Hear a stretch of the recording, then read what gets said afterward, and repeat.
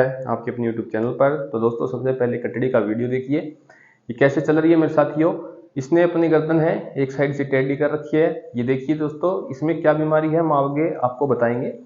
ये कैसे चल रही है मेरे साथियों, ये देखिए लड़खड़ा रही है और जो गर्दन है वो टेढ़ी कर रखी है मेरे साथियों, और जो कुबड़ है बीच में से ऊंची उठी हुई है।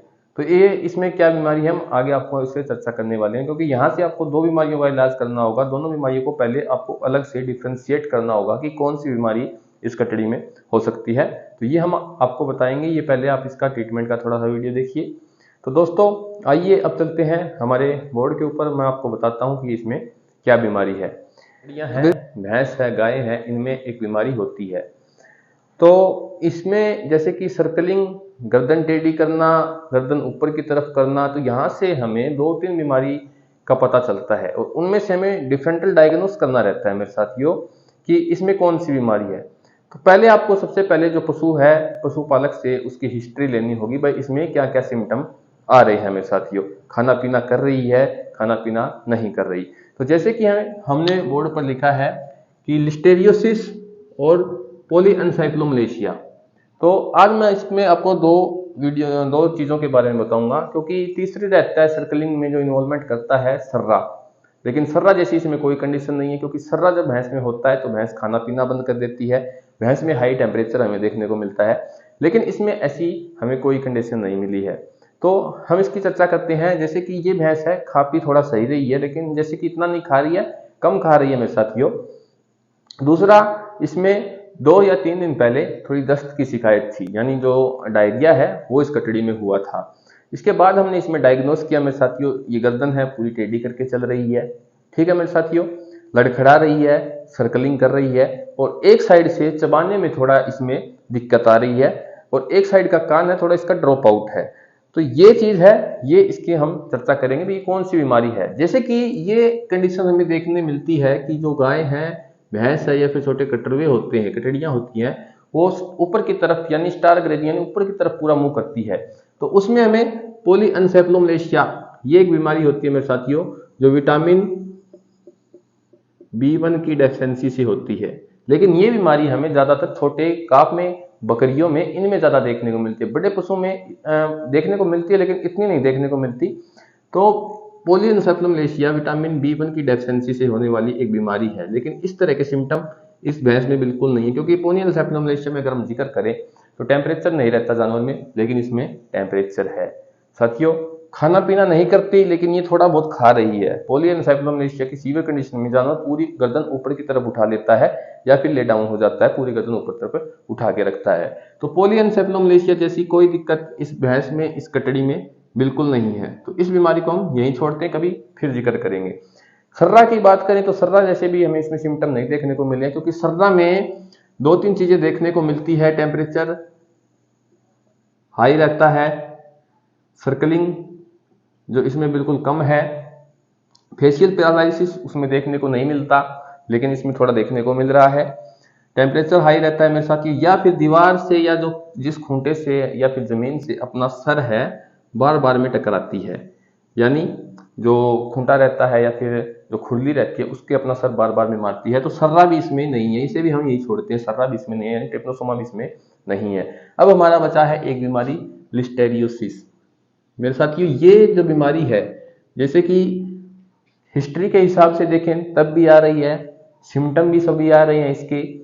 तो लिस्टेरियोसिस इसमें हो सकता है। तो लिस्टेरियोसिस के बारे में हम पूरा जानेंगे, भाई इसमें हमने कैसे डायग्नोस किया और उसका कैसे ट्रीटमेंट करके इसको रिकवर किया है मेरे साथियों। तो सबसे पहले हम जो बात करते हैं लिस्टेरियोसिस का कास्टिव एजेंट क्या होता है मेरे साथियों। इसका कास्टिव एजेंट रहता है गाय भैंस में लिस्टीरिया मोनोसाइटोजेंस रहता है मेरे साथियों। ये एक तूड़ी, चारा, इसके द्वारा फैलने वाली जानवरों में बीमारी है। एक बैक्टीरिया के द्वारा बीमारी जानवरों में की जाती है मेरे साथियों। इसमें टेम्परेचर देखने को मिलता है, डायरिया देखने को मिलता है। तो इसमें हमें सिम्टम क्या क्या देखने को मिलते हैं। सबसे पहले सिम्टम की बात करें जो हमें पहचानने रहते हैं मेरे साथियों, सर्कलिंग रहता है, फीवर यानी बुखार रहता है। बुखार इतना ज्यादा नहीं रहता, ये 103 तक रहता है, 103 डिग्री फ़ारेनहाइट तक रहता है मेरे साथियों। इतना टेम्परेचर इसमें नहीं देखने को मिलता। लूज ऑफ एपेटाइट यानी भूख कम लगना जानवर में, ये इसकी एक पहचान होती है। एनसेफलाइटिस ये इसकी एक मेन पहचान होती है मेरे साथियों, जो आपको फील्ड कंडीशन में जानवर की बीमारी को देखकर करनी है।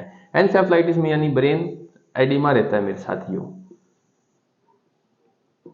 और ब्रेन एडिमा के कारण ही ये जो है गर्दन इसने टेढ़ी कर रखी है, क्योंकि अगर B1 डेफिशिएंसी होती है तो गर्दन पूरा ऐसे ऊपर की तरफ रखता है जानवर, लेकिन इसमें थोड़ा ये टेढ़ी है, तो इसमें ब्रेन का एडिमा का इन्वॉल्वमेंट है मेरे साथियों। तो यहाँ पर एक आपको ये ध्यान करना है कि एनसेफेलाइटिस यानी ब्रेन एडिमा जानवर में रहता है मेरे साथियों।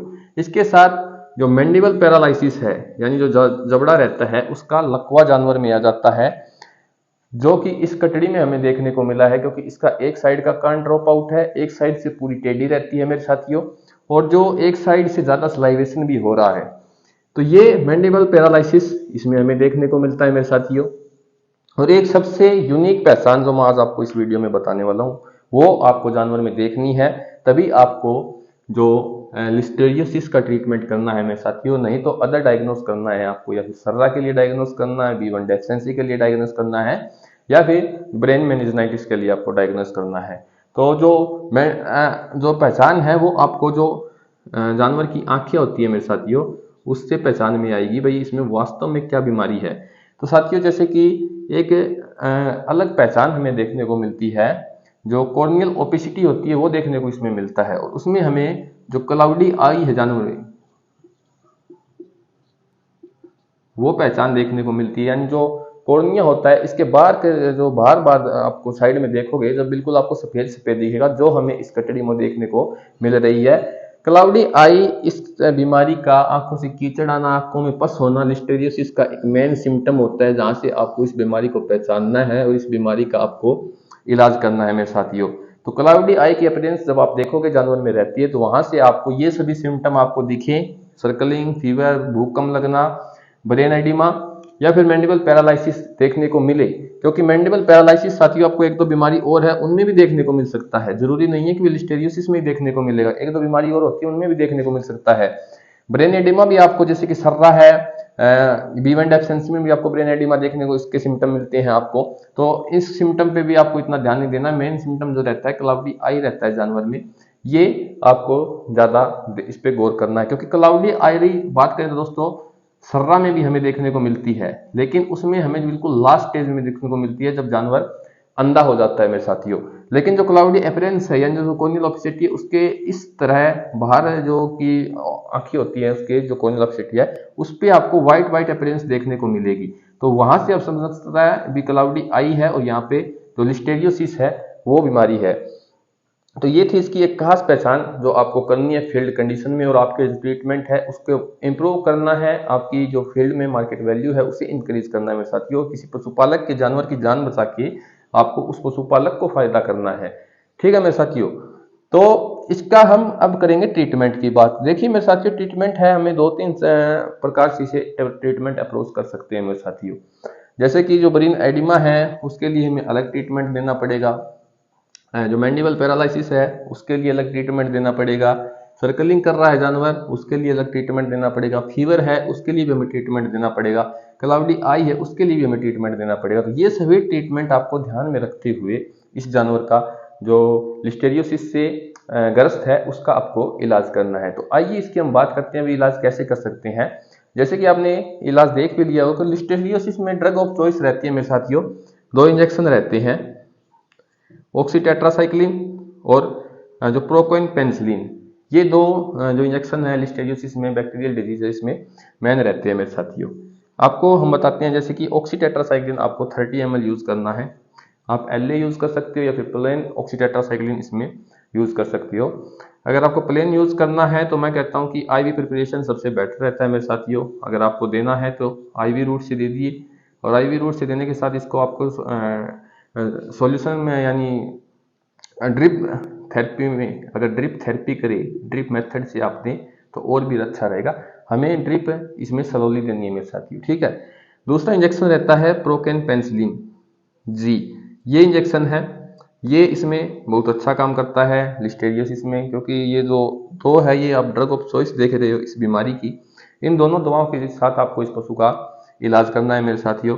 प्रोकेन पेनिसिलिन जी का आप 4 लाख इंटरनेशनल यूनिट तक इस्तेमाल कर सकते हैं सिंगल शॉट जानवर में, लगा सकते हैं। ये ट्रीटमेंट आपको 3 दिन के लिए जानवर पे अप्रोच करना होगा, तब जाकर आपको कुछ रिजल्ट देखने को मिलेंगे। रिजल्ट आपको स्लो क्यों देखने को मिलेंगे, क्योंकि बीमारी तो रिकवर हो जाती है, लेकिन जो ब्रेन एडिमा है और फेशियल पैरालिसिस है, क्लाउडी आई है, इसके कारण आपको थोड़ा रिजल्ट इसमें लेट देखने को मिलता है जानवर में, क्योंकि हमें इसे 2 से 3 दिन में ट्रीटमेंट से जानवर को ठीक किया है।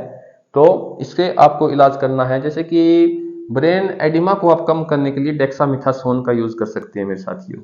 डेक्सामेथासोन बड़े जानवर में 5 से 10 ml तक आप इस्तेमाल कर सकते हैं। अब आपको कैसे देना है डेक्सामेथासोन, ये नहीं कि आईएम रूट से सीधा दे दिया, ये काम आपको नहीं करना है मेरे साथियों। जो डेक्सामेथासोन है आप जानवर में यूज करना जो ब्रेन एडिमा के केसेस रहते हैं, क्योंकि ब्रेन एडिमा को रिड्यूस हमें करने के लिए डेक्सामेथासोन को ड्रॉप बाय ड्रॉप देना होता है मेरे साथियों। बिल्कुल स्लो आईवी देना रहता है, ड्रॉप बाय ड्रॉप बिल्कुल स्लो आईवी देना है मेरे साथियों। क्योंकि हम बात करें तो डेक्सामेथासोन का लिस्टीरिया में बहुत कम यूज किया जाता है, क्योंकि मेरा जो पर्सनल एक्सपीरियंस है उसके हिसाब से डेक्सामेथासोन को यूज नहीं करना चाहिए। अगर आप चाहो तो आपके पास कोई ऑप्शन नहीं है तो आप डेक्सामेथासोन है 5 ml तक स्लो आईवी पशु में यूज कर सकते हैं मेरे साथियों। ड्रॉप बाय ड्रॉप आपको यूज करना है। ये मान के चलिए कि अगर आप एक ड्रिप दे रहे हो जानवर को तो कम से कम भी 30 मिनट तक आपको ड्रॉप बाय ड्रॉप पेनिट्रेट करना है जानवर के अंदर। ठीक है मेरे साथियों, तो डेक्सामेथासोन का आप 5 ml तक यूज कर सकते हो। अगर आपको सीवियर कंडीशन देखने को मिलती है, जैसे सीवियर कंडीशन लिस्टेरियोसिस की देखने को मिलती है हमें बकरियों में, उसमें क्या होता है जानवर लेट जाता है और जो क्लाउडी आई है पूरी अपीयरेंस हमें बकरियों में लिस्टेरियोसिस की अगर पहचान को आपको अच्छी तरह सीखना है तो आप बकरियों में इसे अच्छी तरह से सीख सकते हो, क्योंकि बकरियों में होने वाली एक कॉमन बीमारी है। तो उसमें आप सीवियर कंडीशन में आपको क्या यूज करना है, आप उसके अंदर मैनिटोल का यूज कर सकते हैं मेरे साथियों। मैनिटोल 20% सोल्यूशन रहता है, सॉरी, उसका यूज आप कर सकते हैं। उसका यूज आपको भी स्लोली करना है, यानी ड्रॉप बाय ड्रॉप यूज करना है मेरे साथियों। 500 से 600 ml तक एक टाइम में आप मैनिटोल का यूज कर सकते हैं। बड़े जानवर में, बकरियों में थोड़ी डोज इसकी कम रहती है।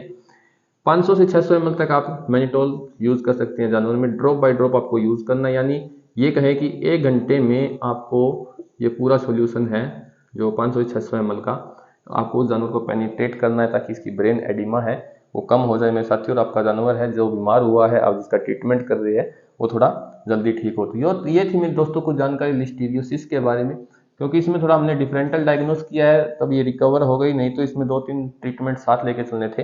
तो दोस्तों आज की इस वीडियो में कुछ नई जानकारी थी, मिलती है अगली वीडियो में एक नई जानकारी के साथ। तब तक दोस्तों नमस्कार, धन्यवाद।